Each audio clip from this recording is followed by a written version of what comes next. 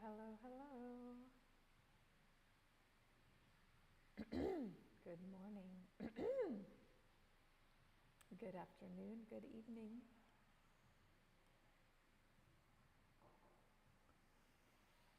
Welcome all who are here, all who are joining in. Glad to be here with you today. We are double live streaming on my YouTube channel as well. So, however you're joining in, glad to have you today.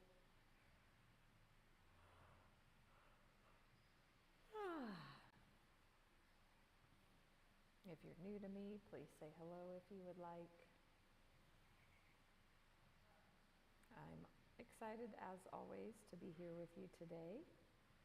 We will be doing our weekly live stream series on the book Conversations with God.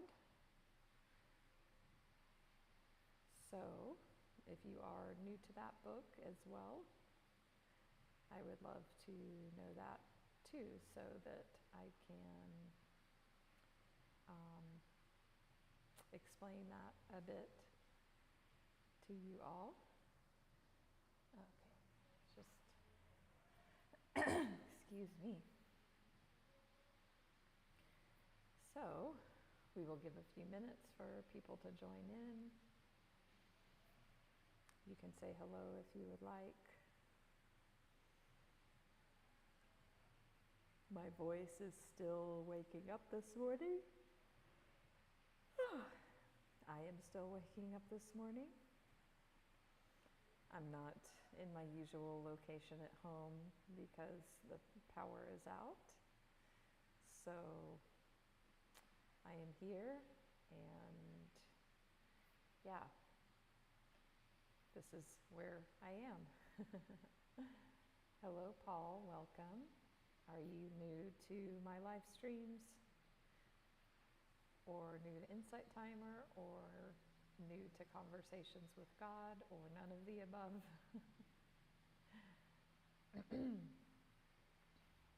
I don't think my screen is updating, so I can't see everybody, and that's okay, but please say hello if you would like. And if you don't know who I am, I'm Natalie, spiritual life coach, Reiki master teacher, intuitive. So you can listen to my meditations here in Insight Timer. I've got free and premium tracks. I've got my abundance prayer, comprehensive abundance prayer of ancestral clearing. That is very powerful. I also have total surrender for release of worry and concern. I have Reiki, Reiki bliss sleep meditation. And I have taking your power back from them, shamanic healing. So some of those are some of my newest tracks in the premium side.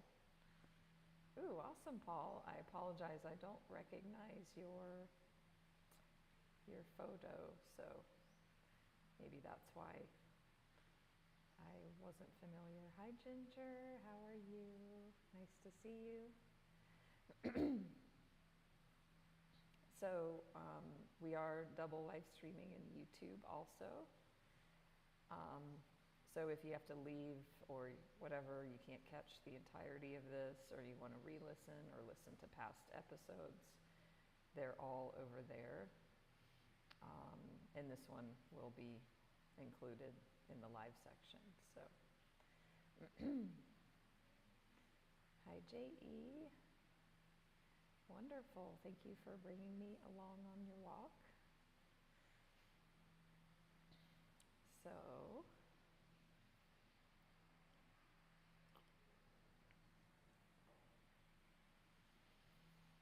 I'm just curious.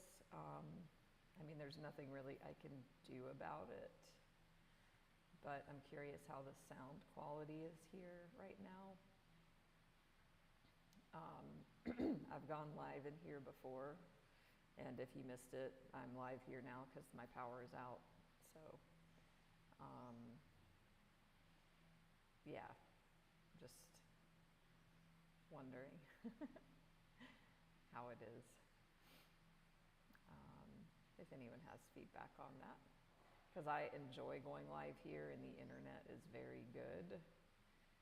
And also I've had people give feedback that it was too echoey. So I've tweaked it a bit by having these headphones in, and also I'm in this amazing location, but I have the doors open. So I'm thinking the open doors are better. The closed doors block out sound, but then it makes it echoey. So that's great, thank y'all. So maybe this is the scenario that works best. I wonder, I've shown y'all this place before, those who have been here often. Okay, great, thanks Ginger. Yeah, I think that this setup, the echo is less, so. Who all has been here when I've shared the view? I'll just briefly move the screen. Maybe do like this. There's a pool. This is like this coffee shop, but event space. So just a glimpse of what's here. Yeah, so I have attachment to being in this space, and also, you know, I want to be cognizant of, yeah, I don't want anything to be distracting, but sometimes, y'all that are regulars know, sometimes the internet at my place is way more distracting than a slight echo. So, this is good. Great, I can't see everybody, I don't know why, so anyway, that's okay. As far as your bubbles floating across. So I'll just ask again as people join in. If anybody is new to me or new to what we're doing here, which is this book, Conversations with God. Yeah, I actually kind of live here. I mean, not really, but I'm here most every day. It's a beautiful, and it's like 5 minutes from my house. I feel so grateful because even this morning I woke up, you know, at 6 a.m. And then all of a sudden I'm like, it's very quiet. Oh, the power's out. Like my air con is off. And of course there is an irritation that rises. Because the way the power works here, the electricity, it's like a top-up system. And where I'm staying, which is nice, I don't pay for that. Most places, like longer-term rent, you have to pay for your own electricity, but here it's included, but then that means the landlord, just whatever, he forgets, or it starts beeping when it's almost finished, and like, he doesn't hear that, and I don't hear it, so. But it always seems to happen, I swear, like every time I wake up, the power is out, and I have work, or I have a live stream like an hour later. But anyway, the point is, is that I'm grateful that I can come here, because I was thinking this morning, like, wow, what if I didn't have this amazing place 5 minutes from my house? I mean, I know I would figure something out, but I'm very grateful. That's my point. So, please join my group as well here, Natalie's Healing Circle. It's a place where we can connect and stay in touch. We can also give recommendations for meditations. Yeah, and actually this morning I was thinking about my tracks here on Insight Timer, and I know many teachers do this where they add the live replays, the audios as like recordings on their profiles. And I'm thinking I might do that. I was thinking about the Michael Singer talks, putting those on as in my free section of my profile here in Insight Timer. So I might do that, so stay tuned for that. Hi, Andrea. Also, I want to thank everybody. I just hit 3,700 followers here on Insight Timer. I'm so grateful for each of you.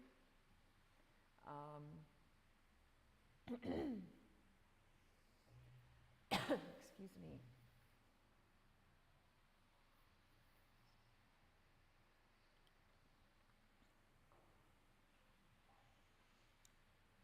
Our power coming back to us when we shift old habits. I believe I know that example that you're talking about, because we went over it twice, like at the end of one live stream, at the end of one I did it again, live stream, and then at the beginning of another, like we just happened to be at that place. He was talking about,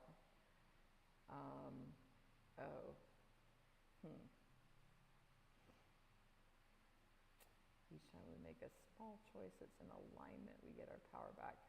Is it where he was talking about people clomping on the floor coming into the meditation hall? That's what I'm thinking. And that if you don't react to that and you let that energy move through you, that then it you kind of raise your vibration and it adds to your power. That might not be what you're thinking of. And other than that, nothing is coming to mind, Ginger. It's a great question. And Paul, you are correct about the recordings, and that is for the premium tracks where they're very strict about the premium.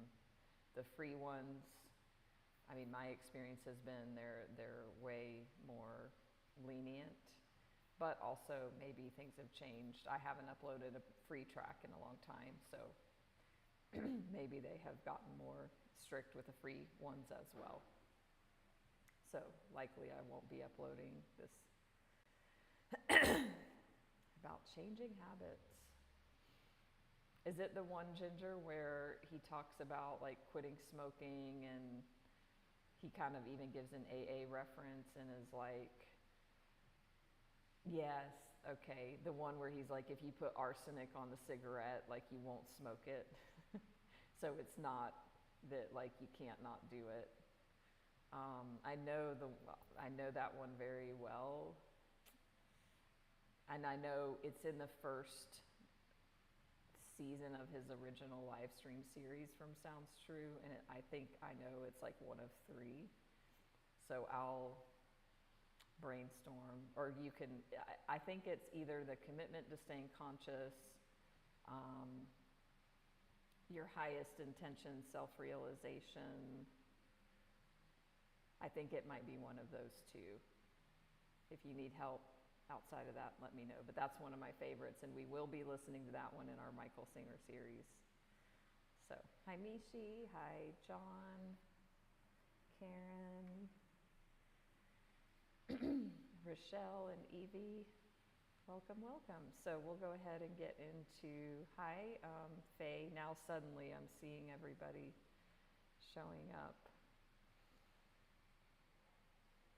Jessica. So I'll ask again, does anybody not know this book? Or maybe vaguely know it?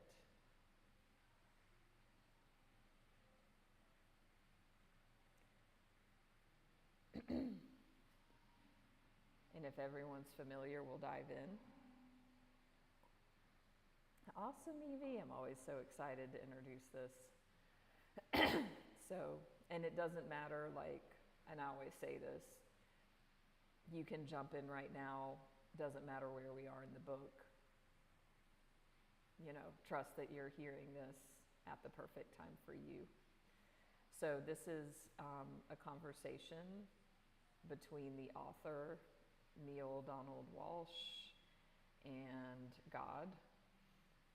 So he was pissed at God, and he started writing a letter to God, and in his words, God answered. And then it became this conversation, and then it became, he has 3 or 4 or more books that are conversations with God. It's very powerful.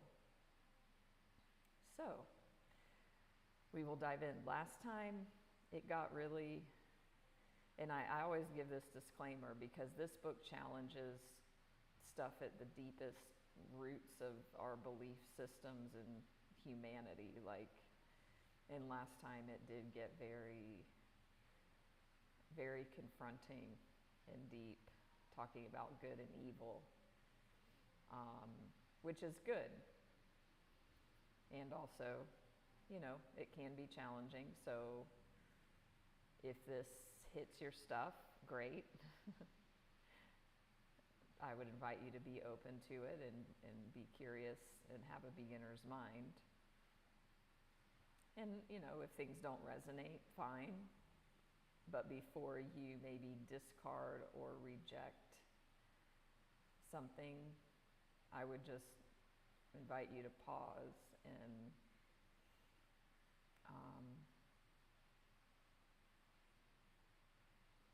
just come from a place of response rather than reaction. So, and last time where we got to, I'm going to rewind a bit because today what it's going into is super, super powerful.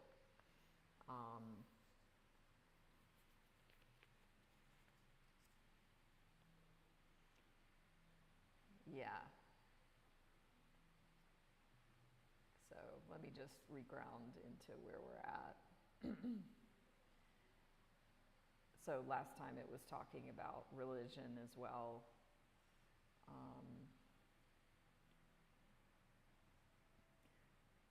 So I want to kind of circle back around and kind of reconvene, but without reading, you know, pages.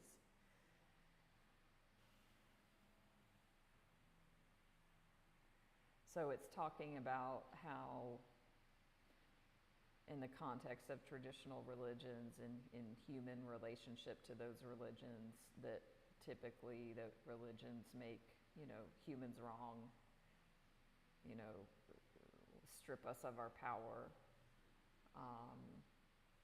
you know, getting that approval from religion or rejection, and talking about like having our own thinking, our own beliefs, our own ideas that are not coming from religion, and making our own choices.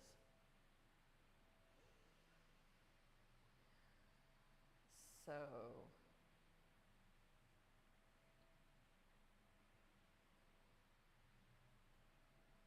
and if you are following in the book, it's 155. The seduction here is that all you have to do to get instant approval is to agree. Agree and you have instant approval. Some will even sing and shout and dance and wave their arms and hallelujah. That's hard to resist. Such approval, such rejoicing that you've seen the light, that you've been saved. Approvals and demonstrations seldom accompany inner decisions. Celebrations rarely surround choices to follow personal truth. In fact, quite the contrary. Not only may others fail to celebrate, they may actually subject you to ridicule. What? You're thinking for yourself? You're deciding on your own? You're applying your own yardsticks, your own judgments, your own values. Who do you think you are anyway?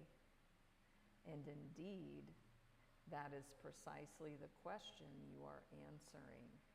Who do you think you are anyway? As we know. I'm going to move that. But the work must be done very much alone, very much without reward, without approval, perhaps without even any notice. And so you ask yourself a very good question. Why go on? Why even start off on such a path? What is to be gained from embarking on such a journey? Where is the incentive? What is the reason? The reason is ridiculously simple. There is nothing else to do. There is nothing else to do. The author then jumps in, because this is God speaking what I've been saying. Now the author says, what do you mean? And God answers, I mean, this is the only game in town. There's nothing else to do. In fact, there's nothing else you can do. You're going to be doing what you're doing for the rest of your life, just as you've been doing it since birth. The only question is whether you'll be doing it consciously or unconsciously. You see, you cannot disembark from the journey. You embarked before you were born. Your birth is simply a sign that the journey has begun. So the question is not why start off on such a path. You've already started off. You did so with the first beat of your heart. The question is, do I wish to walk this path consciously or unconsciously, with awareness or lack of awareness, as the cause of my experience or at the effect of it? For most of your life, you've lived at the effect of your experiences. Now, you're invited to be the cause of them. That is what is known as conscious living. That is what is called walking in awareness. Now, many of you have walked quite some distance, as I've said. You've made no small progress. So you should not feel that after all these lives, you've only come to this. Some of you are highly involved creatures with a very sure sense of self. You know who you are, and you know what you'd like to become. Furthermore, you even know the way to get from here to there. That's a great sign. That's a sure indication. So I want to pause if you haven't been here or if you forgot from last time. They were talking about past lives and reincarnation. And so God was saying, and for those that are new, God being a non-religious God, God was saying that we have lived many, many lifetimes and that reincarnation is real. So that's what he's talking about here, about through all these lifetimes. Because when he said that to the author was like, what? I've lived, because he said 642 lives that Neale has lived. And Neale was like, I've lived that many lives and I'm only here. So God is referencing that. God says that's a great sign. That's a sure indication. And Neale, the author, says, of what?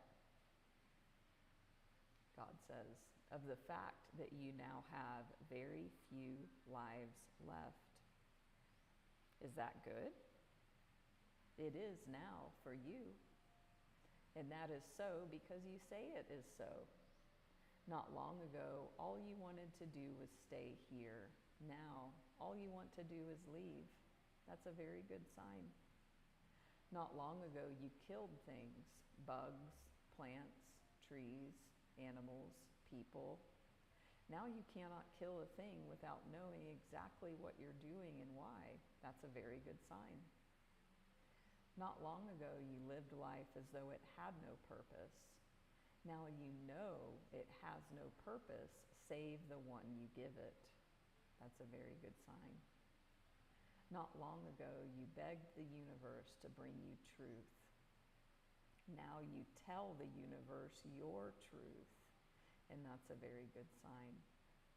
Not long ago, you sought to be rich and famous. Now you seek to be simply and wonderfully yourself. And not so very long ago, you feared me. Now you love me enough to call me your equal. All of these are very, very good signs. Well, gosh, you make me feel good. You should feel good. Anybody who uses gosh in a sentence can't be all bad. You really do have a sense of humor, don't you? I invented humor. Yes, you've made that point. Okay, so the reason for going on is that there's nothing else to do. This is what is happening here, precisely. Then may I ask you, does it at least get any easier? Oh, my darling friend, it is so much easier for you now than it was 3 lifetimes ago. I can't even tell you. Yes, it does get easier. The more you remember, the more you are able to experience, the more you know, so to speak. And the more you know, the more you remember. It is a circle.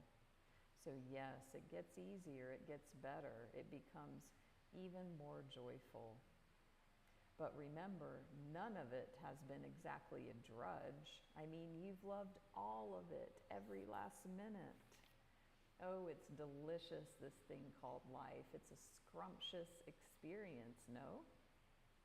Well, yes, I suppose.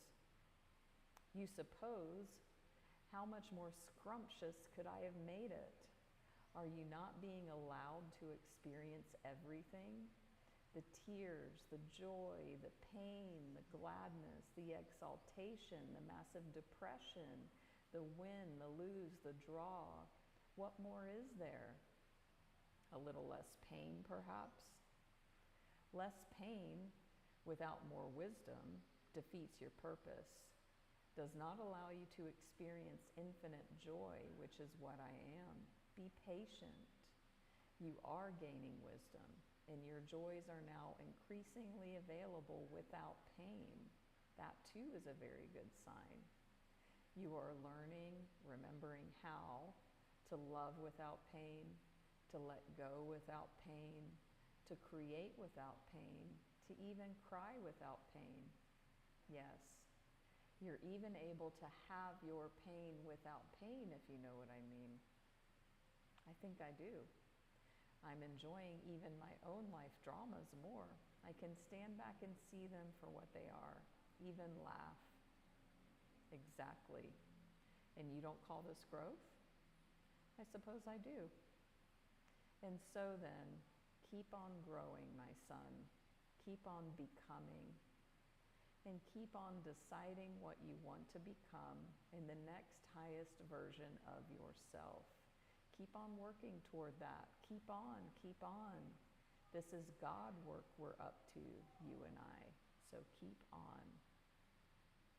It's the end of the chapter. Hi, Jamie, Jennifer.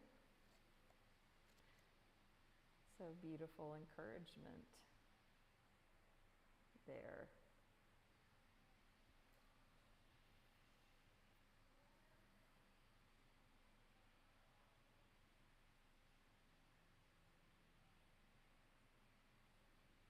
Can y'all relate to the author's perspective? I know I can. Of like, it seems so hard. Does it get any easier? And God's like, it's way easier than it used to be.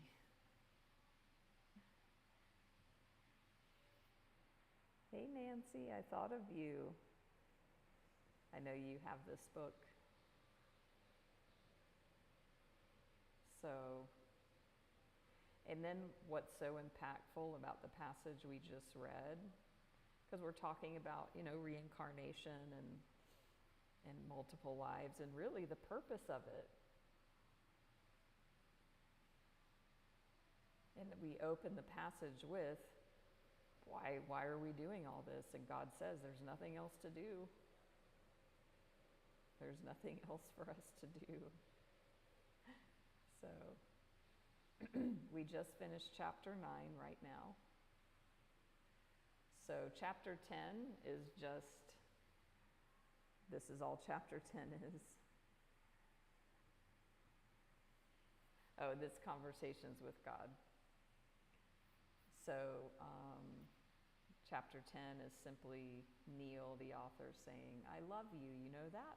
And God says, I know you do, and I love you.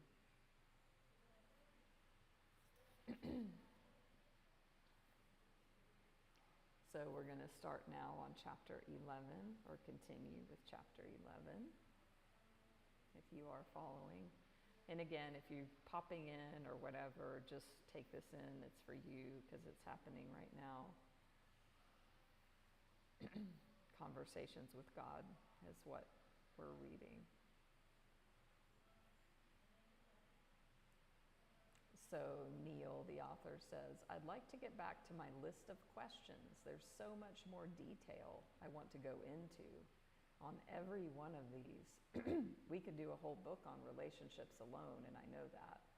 But then I'd never get to my other questions.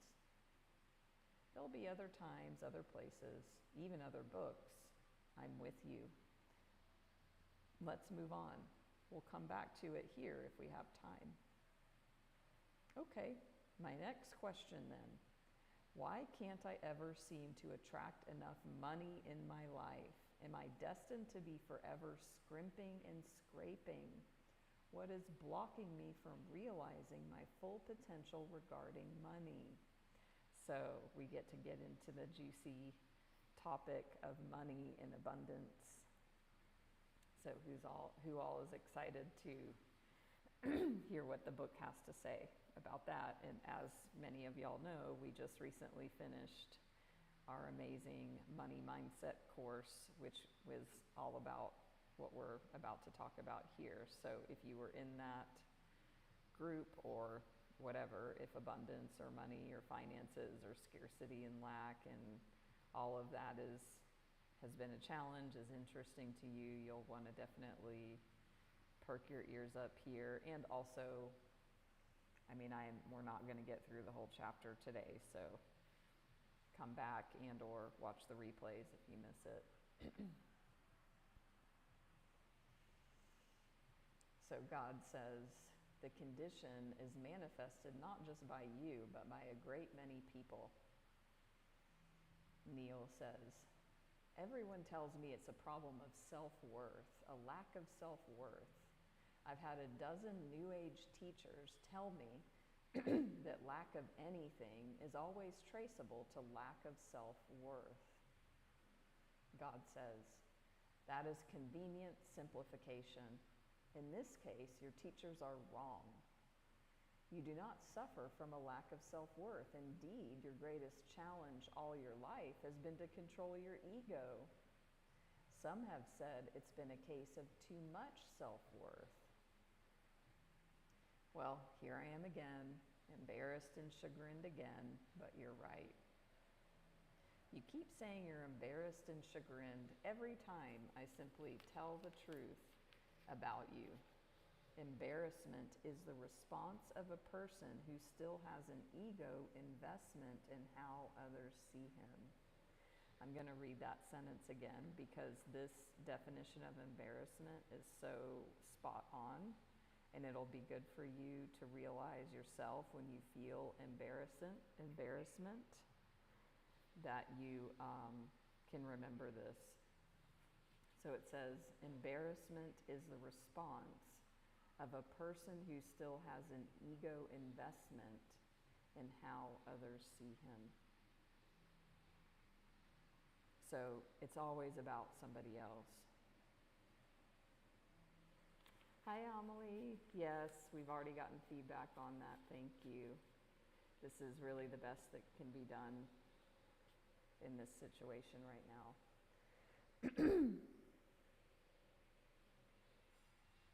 So then it says, invite yourself to move past that. Try a new response. Try laughter. Okay. Self-worth is not your problem. You are blessed with an abundance of it. Most people are. You all think very highly of yourself, as rightly you should. So self-worth for the great mass of the people is not the problem. What is? The problem is lack of understanding of the principles of abundance together, usually with a massive misjudgment about what is good and what is evil. Let me give you an example.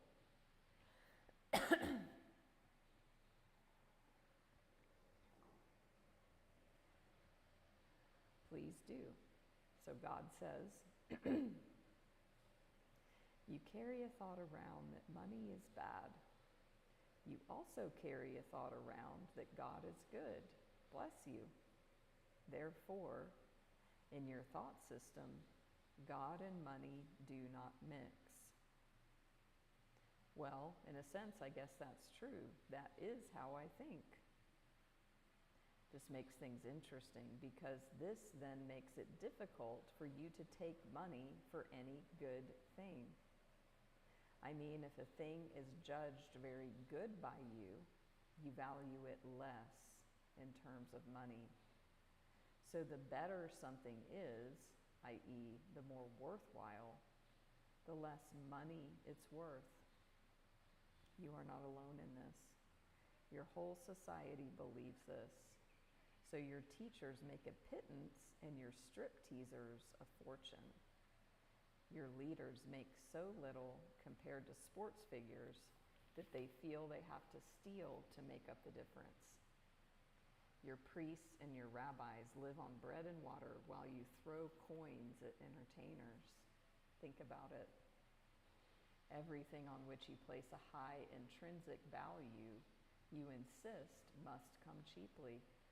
The lonely research scientist seeking a cure for AIDS goes begging for money, while the woman who writes a book on 100 ways to have sex and creates tapes and weekend seminars to go with it makes a fortune.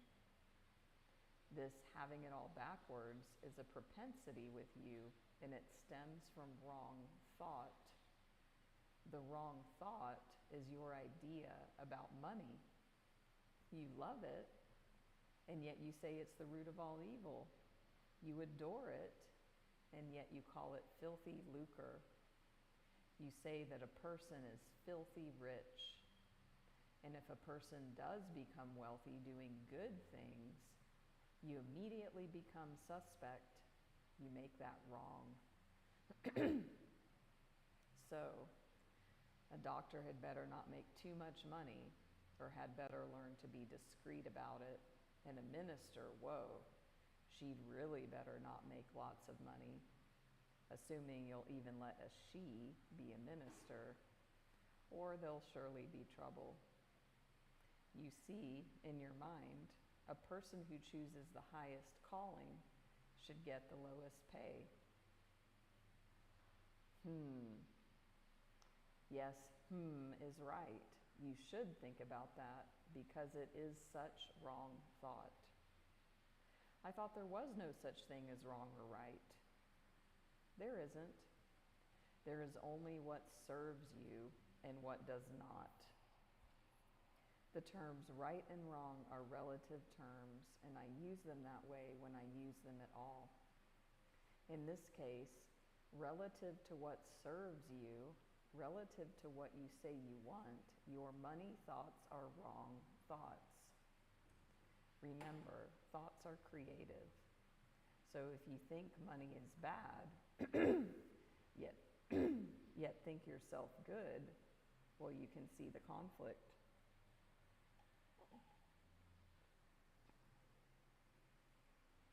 Now you in particular, my son, act out this race consciousness in a very big way. For most people, the conflict is not nearly so enormous as for you. Most people do what they hate for a living, so they don't mind taking money for it, bad for the bad, so to speak. But you love what you do with the days and times of your life. You adore the activities with which you cram them.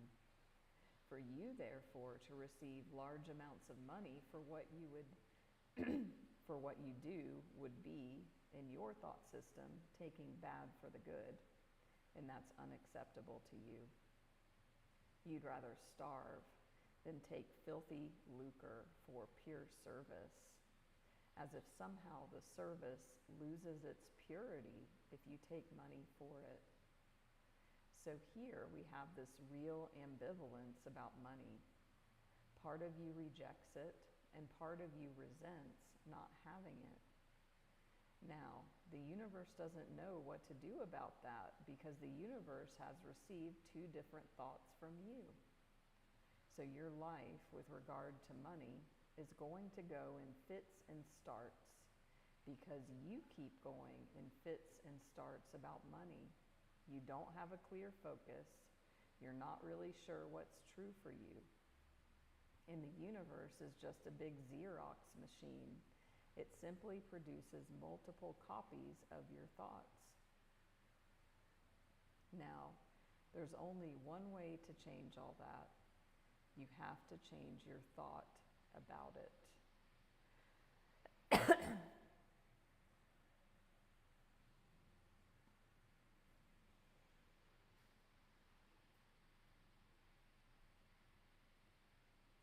So we'll just pause there. Is that landing? Are you following? Is there anything that's unclear?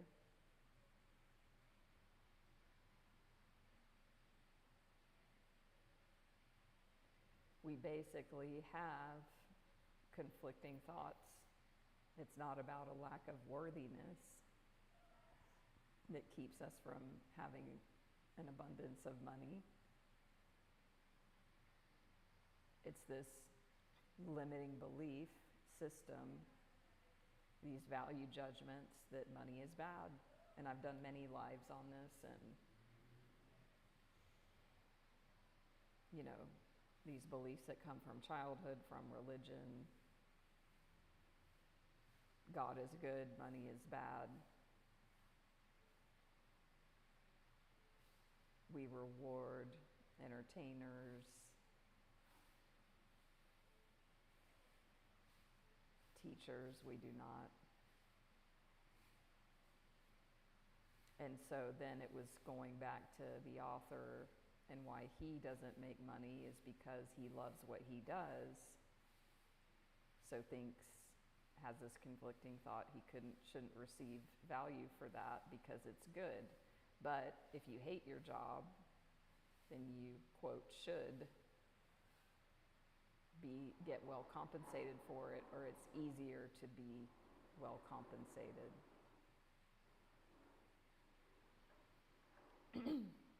So it's all of that, the conflicting thoughts that create mediocrity around money, either ups and downs or mainly scarcity and lack.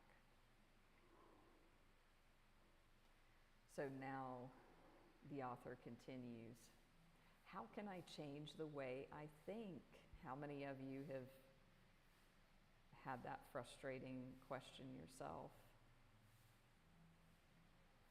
The way I think about something is the way I think about something. My thoughts, my attitudes, my ideas were not created in a minute. I have to guess they're the result of years of experience, a lifetime of encounters. You're right about the way I think about money, but how do I change that? That's the million-dollar question, isn't it? And then God says, this could be the most interesting question in the book. So really pay attention here. Basically the question, how do you change your thoughts? And this can be used for anything, not just money. The usual method of creation for most human beings is a 3-step process involving thought, word, and deed, or action. So really listen up here, because this is even, again, like you want to talk about law of attraction, manifestation, creation, changing beliefs and perceptions, shifting paradigms around anything. Here, it's going to tell you how, right here. So it says, because we're always creating, and if you've been in the book study, we've talked about that a lot. We are creators, we're always creating. Are we going to create by default or design? Are we going to create just randomly, or are we going to be conscious creators or unconscious creators? So the usual method of creation is thought, word, and deed, or action. First comes thought, the formative idea, the initial concept. Then comes the word. Most thoughts ultimately form themselves into words, which are often then written or spoken. This gives added energy to the thought, pushing it out into the world where it can be noticed by others. Finally, in some cases, words are put into action, and you have what you call a result, a physical world manifestation of what all started with a thought. So, very simple. We all know this. This is not going to be new to anybody. We have a thought. Sometimes it goes into a word spoken or written, and sometimes from that an action results. Everything around you in your man-made world came into being in this way, or some variation of it. All 3 creation centers were used. So I've said this before, and it's really fun and interesting to think about. If you just, even right now, look around your room or the space that you're in, look at every single thing that you see. It all started with a thought. And even us as humans, we started with a thought. Mother and father had a thought to become close in a sexual way. That all started with a thought. This book started with a thought. This started with a thought. My shirt started with a thought. The ring, the bracelet, and every single thing you see, this beautiful space I'm in, the building, somebody had a thought, an idea to create this. It all started, the chair, the desk, the MacBook, or whatever computer you're on. Insight timer started with a thought. So all thoughts are creative.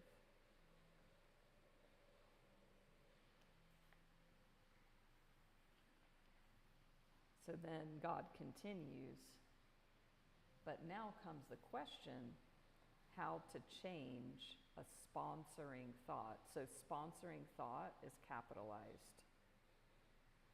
So it's going to talk about this idea about a sponsoring thought. And this may be new for some of you, if you haven't read this book especially. How to change a sponsoring thought? Yes, that is a very good question and a very important one. For if humans do not change some of their sponsoring thoughts, humankind could doom itself to extinction. The most rapid way to change a root thought or sponsoring idea is to reverse the thought, word, deed process. So this is a very different idea from, what we normally would think of is, first you change your thoughts and your mindset, and then then your actions will change. This is saying reverse the thought, word, deed process. Do the deed that you want to have the new thought about. Then say the words that you want to have your new thought about. Do this often enough and you'll train the mind to think a new way. So I'm going to read that again. I have it highlighted. Do the deed that you want to have the new thought about. Then say the words that you want to have your new thought about. Do this often enough and you'll train the mind to think a new way. Train the mind, isn't that like mind control? Isn't that just mental manipulation? Do you have any idea how your mind came up with the thoughts it now has? Do you not know that your world has manipulated your mind to think as you do? Wouldn't it be better for you to manipulate your mind than for the world to? Would you not be better off to think the thoughts you want to think than those of others? Are you not better armed with creative thoughts than with reactive thoughts? Yet your mind is filled with reactive thought that springs from the experience of others. Very few of your thoughts spring from self-produced data, much less self-produced preferences. Your own root thought about money is a prime example. Your thought about money, it is bad, runs directly counter to your experience. It's great to have money. So you have to run around and lie to yourself about your experience in order to justify your root thought. You are so rooted in this thought, it never occurs to you that your idea about money may be inaccurate. So now what we are up to is coming up with some self-produced data, and that is how we change a root thought and cause it to be your root thought, not another's. You have one more root thought about money, by the way, which I've yet to mention, says God. What's that? That there's not enough. In fact, you have this root thought about just about everything. There's not enough money, there's not enough time, there's not enough love, there's not enough food, water, compassion in the world. Whatever there is that's good, there's just not enough. This race consciousness of not enoughness creates and recreates the world as you see it.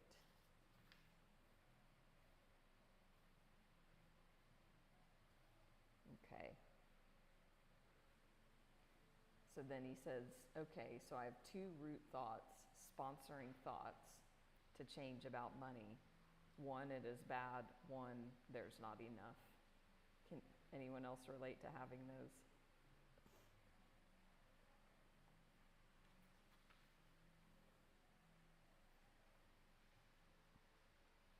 And God says, oh, at least two, probably many more. Let's see. Money is bad. Money is scarce. Money may not be received for doing God's work. That's a big one with you. Money is never given freely. Money doesn't grow on trees when in fact it does. Money corrupts. Who all can relate to any of those? I see I've got a lot of work to do. Yes, you do, if you're not happy with your present money situation. On the other hand, it's important to understand that you're unhappy with your present money situation because you're unhappy with your present money situation. Sometimes you're hard to follow. Sometimes you're hard to lead, says God. Say, listen, you're the God here. Why don't you make it easy to understand, says Neale. God says, I have made it easy to understand. The author says, then why don't you just cause me to understand if that's what you truly want? God says, I truly want what you truly want, nothing different and nothing more. Don't you see that is my greatest gift to you? If I wanted something for you, if I wanted for you something other than what you want for you, and then went so far as to cause you to have it, Where is your free choice? How can you be a creative being if I'm dictating what you shall be, do, and have? My joy is in your freedom, not your compliance. So that paragraph's really important. It goes back to this concept that God is not judgmental, that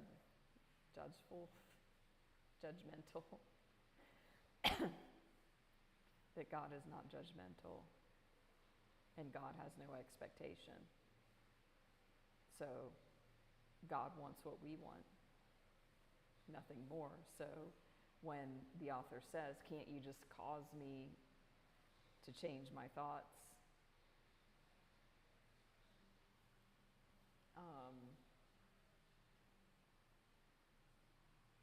Yeah. He says, then why don't you just cause me to understand if that's what you truly want? So then God is saying, I want what you want. We can't be in conflict about that. My joy is in your freedom, not your compliance, which goes against religion, period. So we will end there for today. Hi, Angela. Thank you all for joining. What was y'all's biggest takeaway?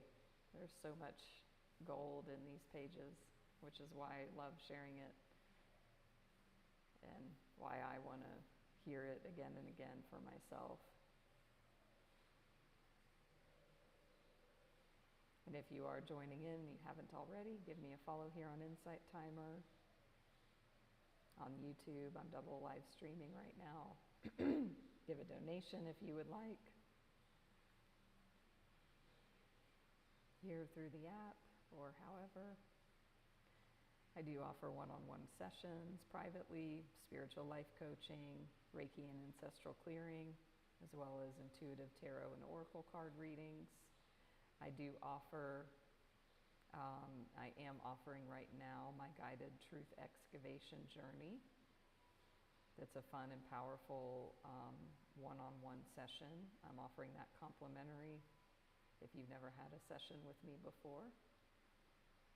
And this uncovers deep soul truths that are ready to be revealed.